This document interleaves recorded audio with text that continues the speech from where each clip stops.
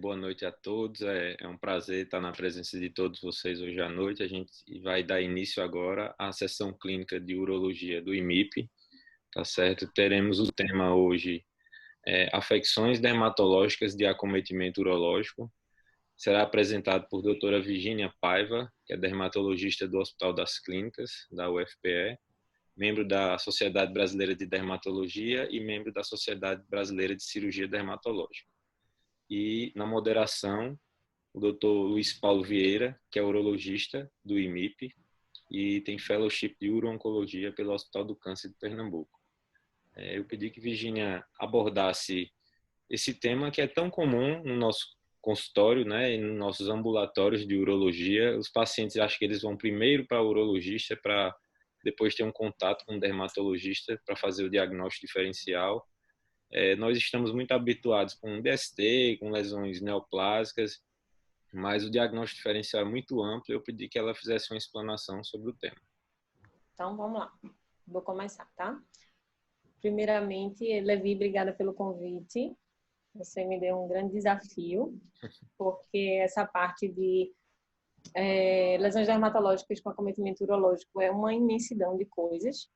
Então, assim, eu procurei selecionar, como eu estava conversando com o Luiz, as coisas assim que são mais diferentes, que são mais específicas da dermato, tá? A gente tem várias coisas que dão um acometimento na genital externa, as variantes normais, inúmeras doenças inflamatórias, infecções, doenças sexualmente transmissíveis e outras infecções também, alterações pré-malignas, alterações malignas. Então, assim, não tinha como eu abordar tudo.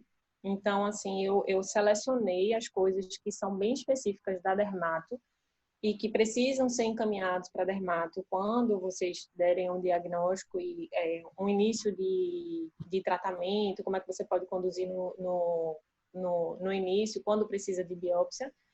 E, bem, vamos lá, eu espero que vocês gostem da aula. No final, qualquer dúvida, eu estou à disposição para tirar. Então, vou começar falando rapidamente sobre as variantes normais que a gente tem no pênis, certo? Na região genital. Então, a gente tem 3 especificamente: as pápulas perladas, ou hirsutas do pênis, os angiokeratomas de Fordyce e os grânulos de Fordyce. Então, começando pelas pápulas perladas, ela pode chegar a acometer até 50% dos pacientes. E uma coisa característica dela é que ela não surge no nascimento. Ela vai aparecer lá para a 2ª ou 3ª década de vida. Então, por isso é que é comum de acontecer a procura no consultório, porque o paciente não tinha essas lesões e, de repente, aparecem. Então, é frequente a procura no consultório quando acontece o surgimento dessas lesões. Mas elas são lesões benignas, são lesões assintomáticas, são lesões que vão se caracterizar por ser, dá para ver aqui, são pequenas papulazinhas, elas têm a característica de ser peroladas. Vocês vão ver, quando for falar das outras doenças, que na dermato a gente tem muito de detalhe, muito de coloração, certo? Então, a cor dessas pápulas, ela é perolada, certo? E elas vão se distribuir de uma forma simétrica ao redor da coroa da glande. Então, algumas pessoas, às vezes, acham difícil fazer um diagnóstico diferencial, como, por exemplo, com condiloma. Mas o condiloma em si, primeiro ele é mais esbranquiçado. O condiloma ele é mais hiperceratótico, ou seja, ele é mais grosso, mais áspero. E ele não tem essa distribuição tão certinha, tão simétrica, né? Ele pode acometer a glande, o escroto, a gente tem que ver outras lesões ali na região pubiana. E em caso ainda de persistência de dúvida, né, no caso da perineoscopia, a gente consegue diferenciar, porque quando coloca o ácido acético, as lesões de condiloma, elas ficam esbranquiçadas. E as pápulas perladas não têm nenhuma alteração. Então, essas pápulas perladas, elas não têm tratamento específico, normalmente não precisa de tratamento, é só a gente realmente explicar para o paciente a benignidade delas. E em caso de necessidade, o paciente querer, né, um tratamento estético, pode ser feita uma eletrocoagulação ou um laser de CO2 que tem um bom resultado. Tá? A outra variante normal que a gente tem em comum são os angiokeratomas de Fordyce. Esses angiokeratomas, eles são caracterizados, eles ocorrem porque os vasos da derme, às vezes, eles sofrem uma certa dilatação e aí eles empurram a epiderme um pouco para frente e essa epiderme também ela fica um pouco mais grossa. Então, você tem uma hiperceratose da epiderme e uma coloração violácea dessas lesões, dá para ver melhor aqui nessa foto, que é por conta dos vasos que estão dilatados, certo? É muito frequente na região escrotal. São também assintomáticos, são lesões benignas, são lesões que, teoricamente, assim, não precisam de nenhum tratamento, né, por não ser considerado uma doença. Mas tem uma coisa que a gente tem que estar atento quanto à localização dessas lesões. Os angiokeratomas, quando eles estão localizados apenas na região genital, né, eles são chamados de angiokeratomas de Fordyce, e eles são benignos, não estão associados a nenhuma doença. Mas é importante a gente ver se existem outras lesões, principalmente na região abdominal ou na região das coxas, que o pessoal fala assim, que formam um aspecto de calção de banho. Quando a gente tem essas lesões em outros locais, além da região genital, a gente tem que lembrar da doença de Fabry, que é uma doença genética ligada ao X e que pode dar outras alterações, né? Você tem um defeito na enzima galactosidase e um acúmulo de esfingolipídios nas células e leva a um defeito de células cardíacas, de células neurais, de células gastrointestinais. E aí, esse paciente que apresenta esses angiokeratomas em outros locais precisam ser encaminhados para outros especialistas para que seja avaliado algum outro distúrbio, certo? Mas um caso de presença apenas na região genital não tem nenhum problema. E o terceiro, a terceira variante normal que a gente tem são os grânulos de Fordyce. Apesar do nome ser semelhante, né, os grânulos de Fordyce, eles são glândulas sebáceas. Então, as lesões são bem diferentes. São lesões que são amareladas, certo? Aqui na pontinha a gente consegue ver. Então, são glândulas sebáceas. Elas geralmente surgem na puberdade por conta de um estímulo hormonal que faz com que essas glândulas elas fiquem um pouco mais visíveis. Ela é bem comum também nos lábios. Tá? Na dermato, a gente vê muito mais nos lábios do que na região genital. E também são benignas, são assintomáticas, e assim como as outras duas, pode-se tentar um tratamento com laser de CO2 se tiver o incômodo estético do paciente. Aí, passando um pouquinho agora para as doenças, aí eu vou falar de algumas doenças inflamatórias que são comuns na dermato e que podem ter esse acometimento urológico, e aí, no caso, chegar para vocês. Começando pela dermatite de contato, a gente tem dois tipos de dermatite de contato. A dermatite de contato por irritante primário, ela é a mais comum, certo? Ela acontece geralmente em pacientes que usam sabonete excessivamente ou que usaram antissépticos na região. Já tive um paciente, por exemplo, que usou antisséptico excessivo depois de uma relação desprotegida, achando que isso iria protegê-lo de desenvolver alguma DST. Então, às vezes acontece e aí o paciente, ele fica com a região, né, bem ressecada, né, bem áspera, e aparecem essas placas que são assim mais vermelhas, eritematosas, tem alguma descamação, às vezes pode até ter fissura por conta do ressecamento excessivo, certo? Mas não são placas assim que são bem delimitadas. E ele pode surgir após o primeiro contato que ele tem com a substância, né? Mas geralmente tem essa história de um uso excessivo de alguma substância. O paciente ele sente geralmente ardor ou uma queimação e pode ter também um prurido leve. Nesses casos, é orientar o paciente usar hidratantes e cremes de corticoide de baixa ou no máximo média potência, certo? Desonida, mometazona, 7 a 10 dias já é suficiente para que ele tenha uma melhora. Aqui é um outro caso de um paciente também que foi por uso de sabonetes, que ele fez essa dermatite de contato na região testicular. Então, você vê que tem um eritema e tem essa descamaçãozinha assim leve, certo? O outro tipo de dermatite de contato é a dermatite de contato alérgica. Na região genital, acontece muito com relação ao látex, que está presente em alguns preservativos, certo? Então, uma coisa interessante de ver é que é o seguinte, no primeiro contato que você tem, no caso da dermatite de contato alérgico, você normalmente não tem nenhuma lesão, certo? O primeiro contato, ele serve para você fazer uma memória imunológica. E só a partir do segundo contato é que você vai ter uma reação alérgica realmente com o surgimento de lesão de pele. Então, é importante saber disso, porque muitas vezes o paciente fala assim, não, mas eu já usei e não tive. Mas isso não é fator para descartar, na verdade é para ainda pensar mais, não. Então pode ser uma dermatite de contato alérgica, né? Porque ele já usou, fez a reação, a memória, e agora que está tendo uma reação alérgica. certo? E, normalmente, esses quadros de dermatite de contato alérgico, eles são mais intensos do que o por irritante primário, e você pode ter até formação de bolhas, como esse caso aqui, que foi por conta de um contato com preservativo. E uma coisa interessante para perceber também é que, às vezes, como você tem essa memória imunológica, que é uma coisa disseminada, é uma coisa sistêmica, não necessariamente você vai ter lesão apenas no local que entrou em contato, certo? Às vezes você pode ter lesões que surgem em locais à distância por conta do contato naquele local da região genital. E aí, nesses casos, o paciente ele precisa ser encaminhado para o alergologista em caso de suspeita, né? O paciente precisa ser encaminhado para o alergologista para que ele faça o PET teste para ver se tem realmente alguma dermatite, né, de contato. E a gente vai usar um creme de corticoide, mas normalmente quando os casos são muito intensos, assim como esse daí, a gente vai usar corticoides orais e antibióticos se forem necessários, se tiver alguma infecção secundária. E passando para as doenças assim de pele, que são bem frequentes no consultório da gente, falar um pouquinho sobre a psoríase, que é uma doença inflamatória crônica. Ela é multifatorial, não se sabe exatamente como é que surge, mas se tem uma coisa que se tem certeza é que a psoríase ela está muito relacionada com estresse, com ansiedade. É um gatilho muito importante para essa doença. Então, ela é caracterizada pela presença de placas eritemato descamativas. Aí, a placa eritematose descamativa, você acabou de falar, na dermatite irritativa, certo? Só que lá na dermatite irritativa, vocês viram que é uma coisa que você não pode evitar.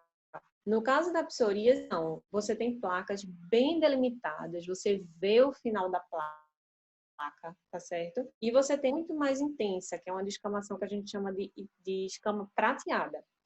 E aí, no caso, você olha, vê um quadro mais clássico como esse, dá para pensar. Mas existem casos mais frustros de psoríase também, de psoríase na glande, que você tem uma descamação mais leve. É um eritema mais intenso do que da dermatite irritativa, mas você tem essa presença do eritema e uma descamação mais leve. Então, estou na dúvida, não sei, pode ser psoríase? Certo. O que a gente vai fazer? Primeira coisa é procurar os outros sítios que você pode ter o acometimento da psoríase, certo? Normalmente, quando você tem um acometimento genital, é comum você também ter o acometimento do sulco interglúteo. Então, lá no sulco interglúteo, você vai ter essas placas eritematosas com as descamações prateadas. E outros sítios que a gente deve olhar também para ver se tem alguma lesão é o couro cabeludo, que é muito acometido e dá essas placas bem hiperceratósicas com essa descamação extremamente prateada. O cotovelo também e os joelhos, que são acometidos geralmente de forma simétrica. Então, assim, só de examinar o paciente como um todo, você já pode fechar um diagnóstico, certo? Pensar, não, realmente aqui é psoríase, é paciente que tem a lesão no couro cabeludo, no cotovelo, no joelho, que tem a placa eritema-descamativa na região genital, né? Você já fecha o diagnóstico. Mas no caso de dúvida, o paciente tem uma placa única, né? Às vezes a descamação não está tão intensa, você pode até fazer um diagnóstico diferencial com a doença de Bowen, que também dá essas plaquinhas eritematosas e descamativas.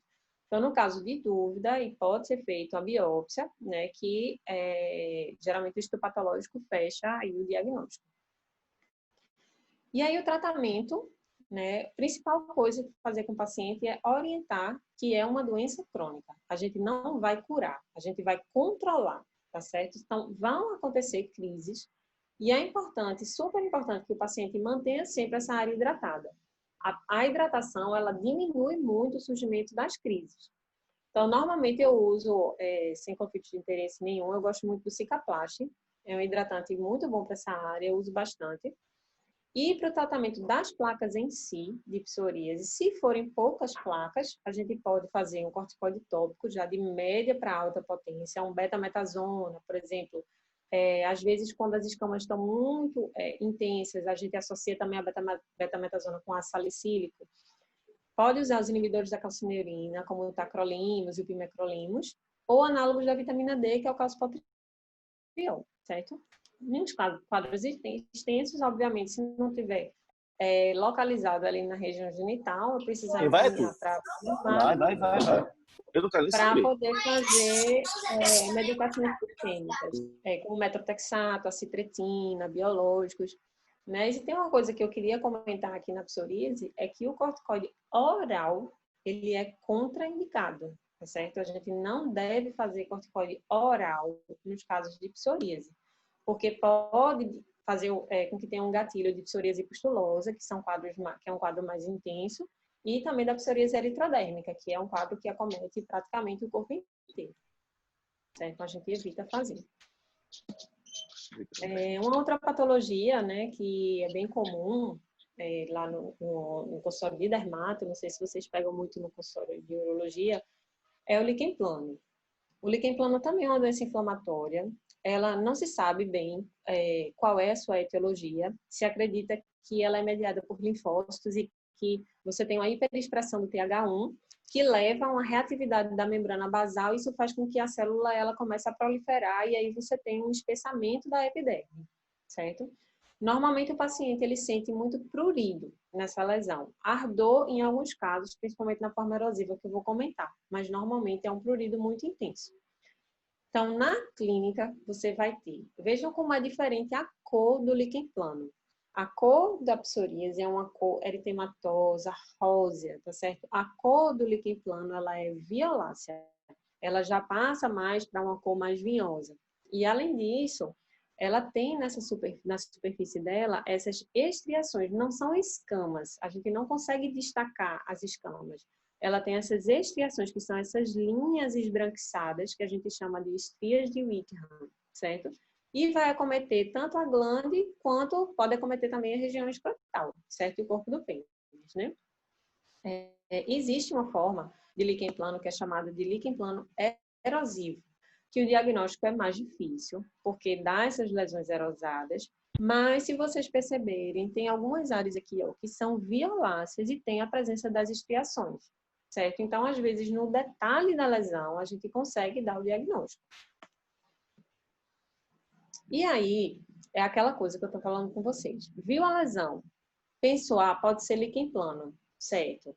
Líquen plano pode acometer a região genital e acomete mais o quê? O que mais que a gente tem que olhar? Então, pensou em líquen plano, a primeira coisa que você vai fazer é olhar a boca do paciente.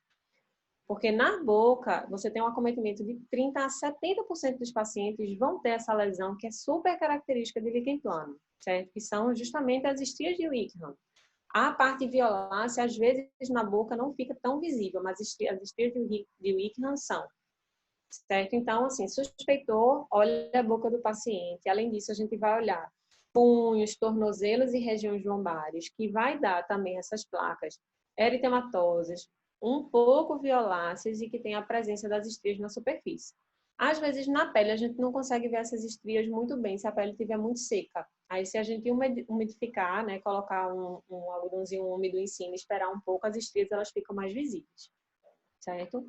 E só para ilustrar, o líquen plano ele pode também acometer o couro cabeludo, mas bem diferente da psoríase, né? A psoríase ela dá aquelas escamas, dá aquele eritema no couro cabeludo. No caso do líquen plano, a gente vai ter uma atrofia. Então, você tem uma perda de pelos, isso é uma perda definitiva, por isso que é importante, né?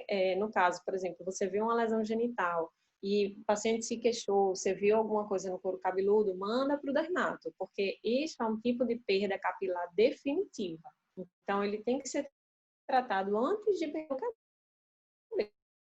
depois que perde. E aí, você também pode ter um acometimento de unha, né? Que a gente pode ver as síndromes das 20 unhas, pode ter acometimento de todas as unhas, certo? Com essa hiperceratose, hiperlinearidade e também essa formação que a gente chama de pterígio, que é bem característico do líquen plano, certo? E aí, né, a gente tem a clínica, se for preciso também faz o histopatológico, para poder definir realmente se é o líquen plano. Os diagnósticos diferenciais é basicamente esses que eu comentei, mais a psoríase, eu acho que é um diagnóstico diferencial bem interessante.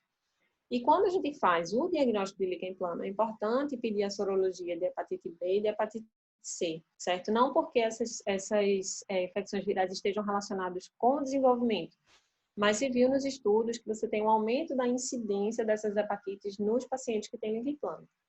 Eu sempre solicito, assim, mas até hoje nenhum paciente meu veio com sorologia positiva, não. Mas é importante solicitar, né? Por conta da história dos estudos. E o tratamento, no caso de líquen plano, também vai ser com corticoide, só que é um corticoide de mais alta potência, certo? Lá para o nível do clobetasol, ou até uma infiltração de corticoide se for preciso. Também pode usar os inibidores da calcinerina, que são tacrolimus e quimecrolimus, e os antistamínicos orais se o paciente se queixar de muito prurido, certo? Se o quadro for muito extenso, aí a gente vai usar as medicações orais. No caso do líquen plano, o corticoide oral tem uma excelente resposta, né, ao contrário da psoríase, que não pode ser utilizado. O metronidazol também tem alguns estudos que mostram que na dose de 500 mg de 12 em 12 horas também tem uma boa resposta. Ou outros imunossupressores. Mas aí, nesses casos, geralmente é mais com dermato mesmo, que é mais nos casos disseminados. Os casos localizados, normalmente com os tópicos, a gente consegue controlar. E lembrar que esses pacientes têm duas coisas. Há tanto as lesões crônicas, certo? As lesões de longa data, lesões que não respondem muito bem. E quanto à forma erosiva, ela pode estar relacionada ao desenvolvimento do carcinoma espinocelular. Então, quando você trata e o paciente não melhora, certo? É importante sempre biopsiar para avaliar essa possibilidade. Então, passando aqui para uma patologia que eu, particularmente, eu acho que para mim, no consultório é o que mais chega, que é o líquen simples crônico, assim, em termos de queixa urológica. Líquen simples crônico e o prurigno agular, que é a mesma doença, sendo um pouco mais intensa. Também é uma dermatite crônica e é uma dermatite que ela ocorre por conta do ato de coçar.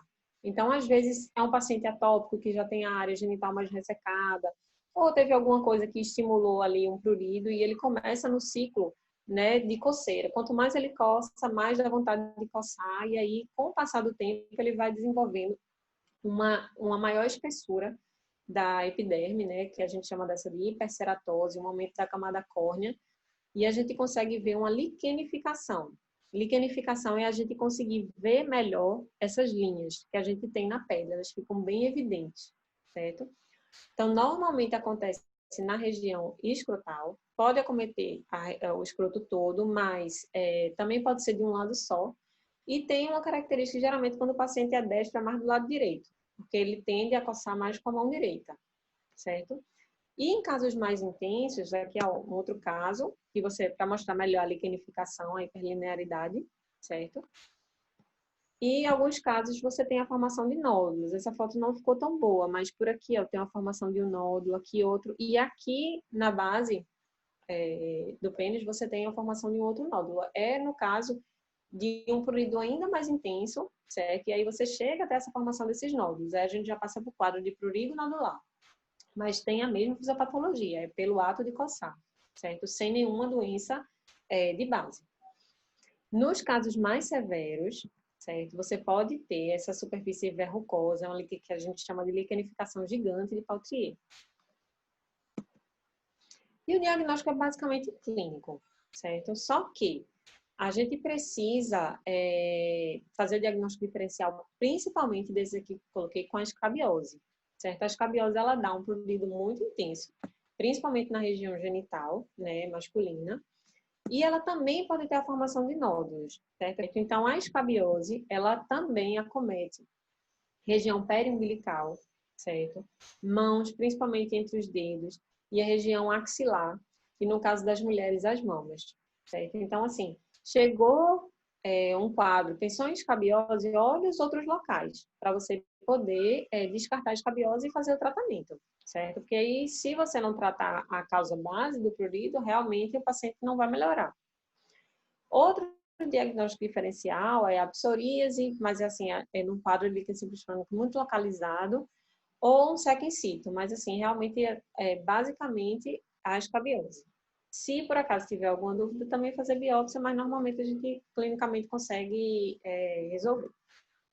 E o tratamento vai ser com hidratantes diariamente, evitar, como eu falei, o uso excessivo de sabonete, porque ressecam a pele e aí vão estimular o prurido no local. Usar cremes de corticoide de alta potência, principalmente quando a pele está muito grossa, tá certo? Ela está muito hiperceratósica. Se tiver a formação de nódulos, pode fazer infiltração de corticoide nesses nódulos. E para os pacientes que têm um prurido muito intenso, às vezes não conseguem dormir bem, a gente pode associar a doxepina em doses baixas, 10 a 20 miligramas dia à noite, para fazer o controle do prurido. E agora passando para outra doença, que é o líquen esclerose atrófico. Também é uma doença inflamatória crônica. Não se sabe, mas se pensa que pode ser uma doença autoimune. Geralmente acomete pacientes na 4ª década de vida. E é uma doença que tem a característica de ter uma associação de esclerose, certo? A esclerose é você ter um engrossamento da pele, é você perder a capacidade de fazer, como é que eu posso dizer? O pregueamento da pele, certo? E a atrofia, que é deixar a pele mais fina. E essa patologia, ela tem uma predileção muito grande pela região anogenital. Então, realmente é uma patologia que deve chegar com uma frequência maior no consultório para vocês. E a característica desse líquen é justamente que você tem essas placas que são hipocrômicas, são placas que são mais claras do que a pele do paciente, tá certo? A gente vê aqui, ó, bem hipocrômico. Elas são escleróticas, ou seja, você perde aquela capacidade de preguiar a pele, e são atróficas. A pele, ela tá bem fina naquele local. Tão fina que às vezes você tem áreas que você consegue ver os vasos da derme. Por isso que ficam áreas com telangiectasias, áreas purpúricas, certo? Normalmente esse paciente, ele tem também um prurido intenso, mas pode ter ardor, e os pacientes homens podem chegar a ter a dispareunia quando eles têm a diminuição da distensibilidade da pele, e aí durante a ereção eles sentem dor. E aí o que a gente tem que se preocupar com essa doença é como ela pode evoluir, né? No caso, a gente pode ter uma evolução importante da atrofia, levando ao quadro de balanite xerótico obliterante, certo?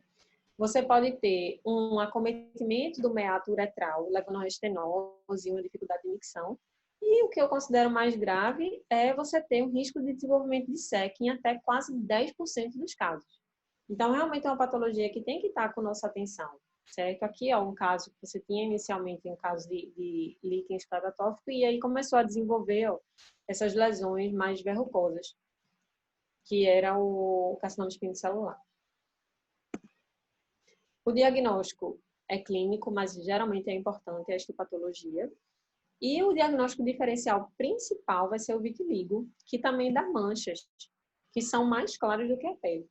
Só que a mancha do vitiligo, ela não tem atrofia e ela não tem esclerose. E normalmente ela é mais branca ainda, ela é que a gente chama de acrômica, né? Ela não é só levemente branca, ela é totalmente branca, ela perde totalmente a pigmentação, certo? E no consultório a gente tem a luz de Wood, que aí a gente faz o teste, né, que é uma luz ultravioleta, e no caso, quando é vitiligo, você tem essa fluorescência e a gente consegue fazer o diagnóstico diferencial de LED.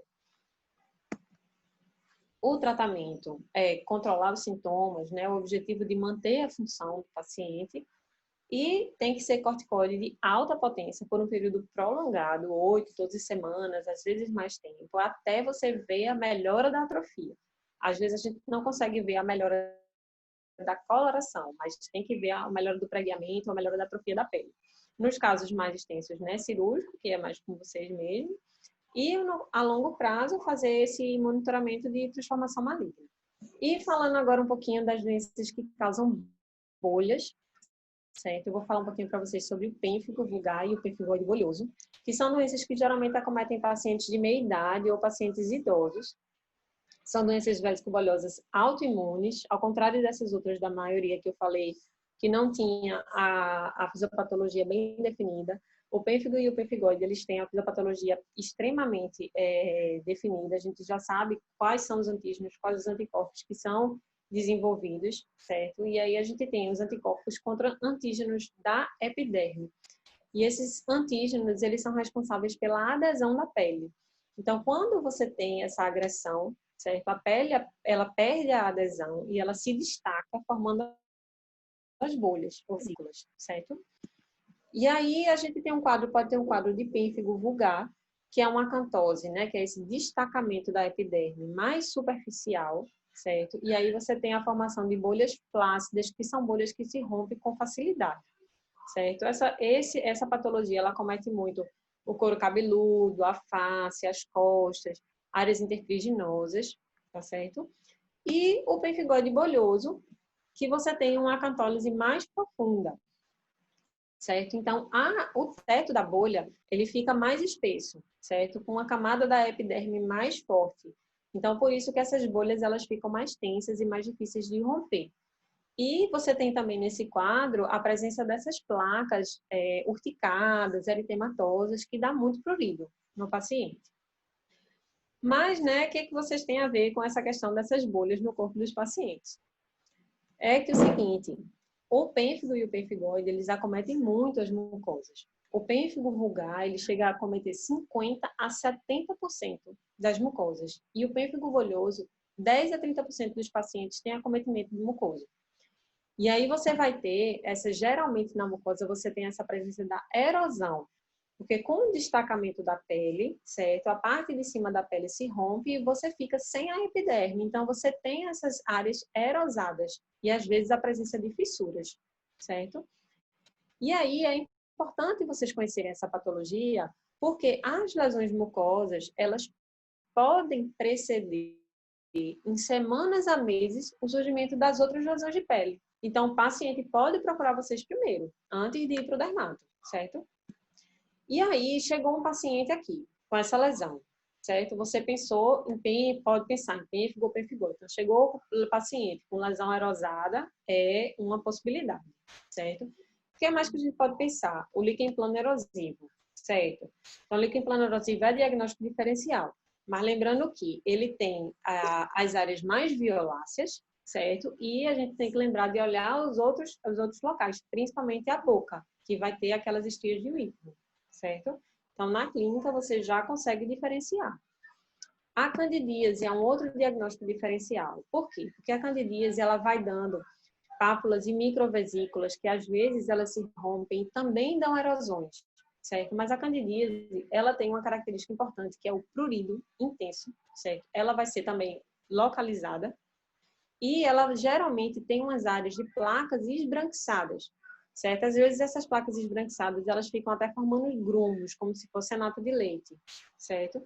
Então, além disso, ela pode acometer com frequência as virilhas e outras regiões intertriginosas do corpo, e é comum acontecer ao redor da placa da candidíase, que a gente chama de lesões satélites, pápulas e vesículas que ficam circundando, ficam ao redor da lesão. Às vezes, quando a lesão é na glande, então ficam pápulas em torno do corpo ou ali na região pubiana, certo?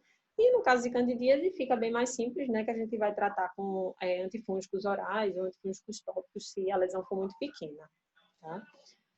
Um outro diagnóstico diferencial vai ser a balanite de Zoom, que também dá essas erosões. Só que a balanite de Zoom, ela tem uma coloração alaranjada, certo? A balanite de Zoom é a balanite plasmocitária, né? E que ela está relacionada, acredita-se que ela esteja relacionada com traumas frequentes e com uma má função do prepúcio, da região prepucial. E aí você tem o surgimento dessas erosões, mas são erosões mais alaranjadas. Mas nesse caso, em caso de dúvida, é importante fazer a biópsia.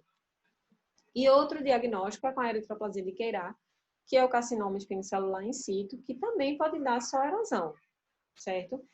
Mas, pensando em pemphigoide, chegou um paciente com lesões erosadas, tem todos aqueles diagnósticos diferenciais, existe a possibilidade de ser pênfigo, o que a gente faz? A gente vai olhar também a boca. Por quê? Porque o pênfigo e o pemphigoide, como eu falei, eles acometem muito as mucosas, mas o mais comum é acometer a boca. Então, é muito difícil, pode acontecer, mas não é comum, de você ter lesões exclusivamente na região genital. Quando você tem o acometimento da região genital, normalmente você tem o acometimento da boca. E, às vezes, o paciente ele não comenta, porque, às vezes, ele considera que é, tipo, essa lesão, às vezes ele considera que é afta, entendeu? Então, às vezes, ele não fala. Então, é importante ver a boca do paciente para você também pensar no pênfigo no pemphigoide. E aí o diagnóstico, né, vai ser clínico e o histopatológico, às vezes é preciso fazer a imunofluorescência também, mas é tudo muito característico do pênfigo e do pemphigoide. E o tratamento, né, se for lesão localizada, são corticoides de alta potência, mas normalmente a gente precisa usar imunossupressores, corticoides orais, metrexato, azathioprina, micofenolato, e isso é uma patologia, assim, que é muito difícil de controle, sabe? Tem uma recidiva muito grande quando a gente tenta tirar os imunossupressores. E, bem, em relação, eu não queria me estender tanto, né? E não ia dar para falar de todos os cânceres de pênis. Então, acho que vocês entendem bastante dos carcinomas. E eu resolvi falar um pouquinho do melanoma, porque apesar dele ser um câncer genital raro, o melanoma ele é o tipo de câncer que tem o pior prognóstico. Então, assim, todas as pessoas devem saber reconhecer, e a gente, principalmente como médico, né, deve ver um paciente, porque às vezes vai para a consulta por um motivo e você vê um sinal no rosto, ou no braço, ou na perna. Então, é importante vocês também saberem identificar o melanoma para encaminhar para a gente, certo? Então, o melanoma, no caso do genital, ele representa menos de 2% dos cânceres de pênis e menos de 1% dos melanomas cutâneos, e ocorrem mais em pacientes mais morenos, mais negros, mais fototipos mais altos, 50, 70 anos. Normalmente, no caso genital, tem uma história familiar, mas nem sempre o melanoma tem história familiar, tá? E a gente tem que saber reconhecer porque ele normalmente é assintomático. O paciente tem aquele sinal ali e não incomoda, não sangra, não arde, não dói, então ele vai deixando, né? E quanto mais o tempo passa, mais é o risco do paciente desenvolver metástase.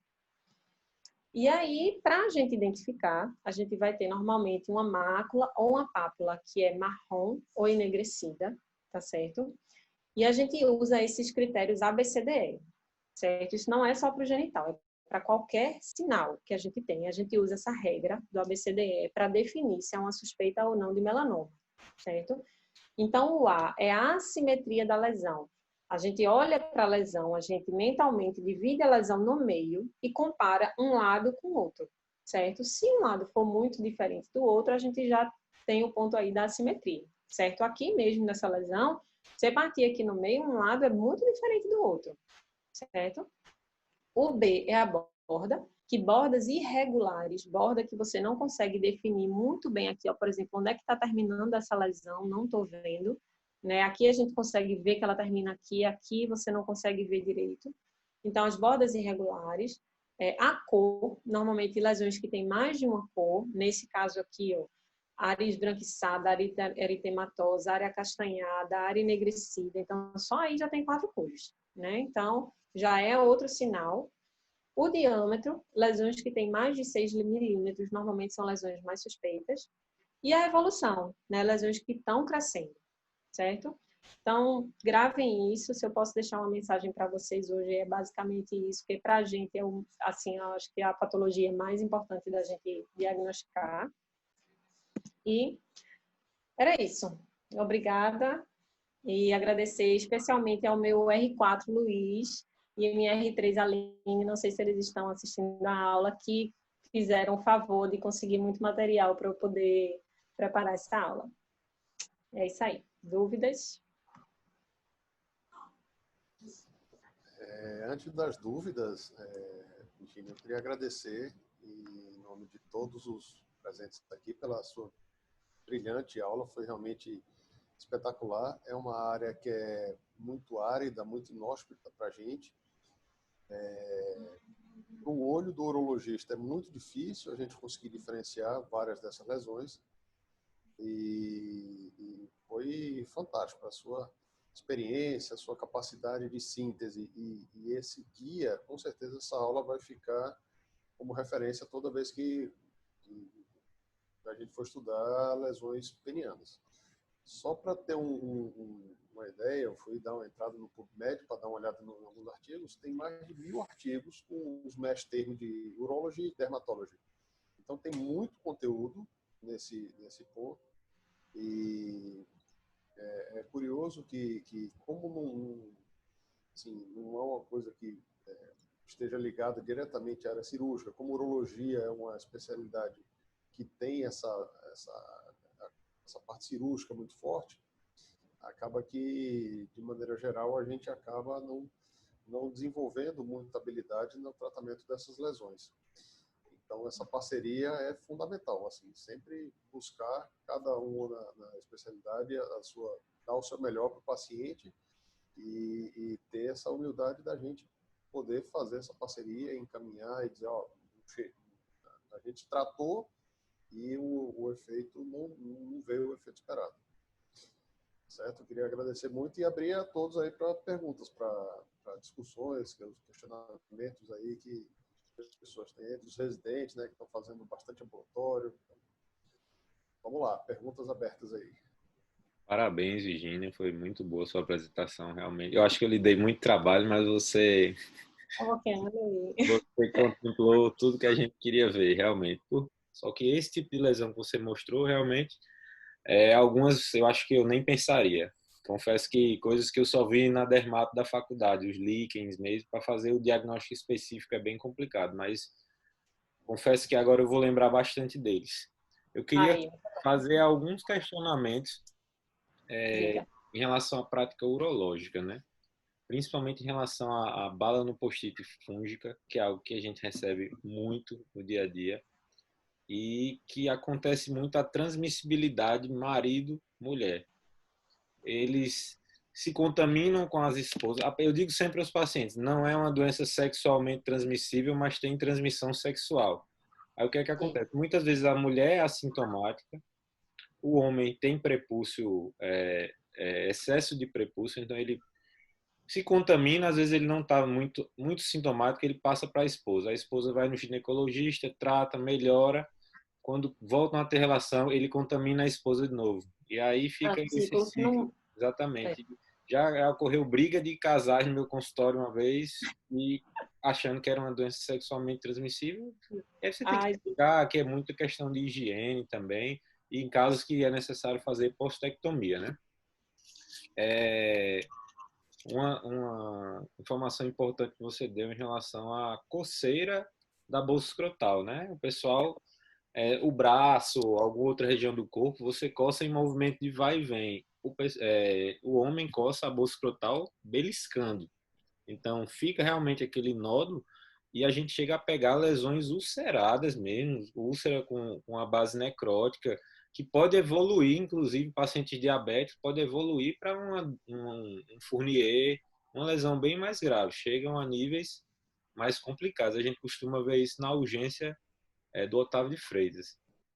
Realmente, Levi, você tocou num assunto importante, porque o que acontece? Essa questão do casal é muito comum, né? E a gente viu que tem algumas lesões que, para o olho não especialista, é mais difícil de diferenciar. Por exemplo, em plano, é difícil de diferenciar num ambulatório corrido de uma infecção por cândida.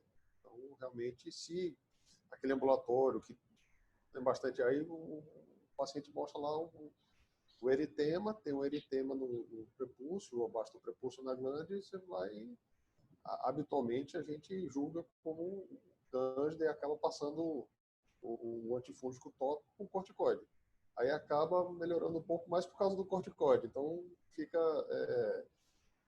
desse jeito. Então, agora, depois dessa aula, quando chegar esse tipo de lesão, né, lesão plana, eritematosa, né, com esse característica mais brilhante, a primeira coisa que vou começar a investigar o corpo todo do paciente. Né? Examinar a mucosa oral, que é uma coisa que a gente não tem costume de fazer. Né? Examinar a área de atrito também, uma coisa que a gente não está muito habituado a fazer, mas por isso que foi importantíssimo essa aula, que vai mudar a nossa conduta no atendimento do paciente. Que bom. Outra coisa, Virginia, as pérgolas, acho que você chamou, né? Que a gente costuma chamar mais de glândulas de Tyson. Pápulas perláceas. Porque dermato fica mais bonito, né? Não? Pápulas perláceas. Ficou requintado. Nós chamamos de glândulas de Tyson, normalmente. Muito comum, adolescentes principalmente, ou adultos jovens, chegam muito no consultório achando que é uma doença sexualmente transmissível, achando que é um HPV, e alguns incomodados com a questão estética, né? Namorada nova, ou então tem múltiplas parceiras e a parceira vai achar que aquilo ali é uma doença sexualmente transmissível. E assim, além, você falou muito do tratamento com laser de CO2 e não foi isso? Mas Não, assim, pode-se tentar tratamento com alguns ácidos, mas eu particularmente não gosto porque é uma área muito sensível.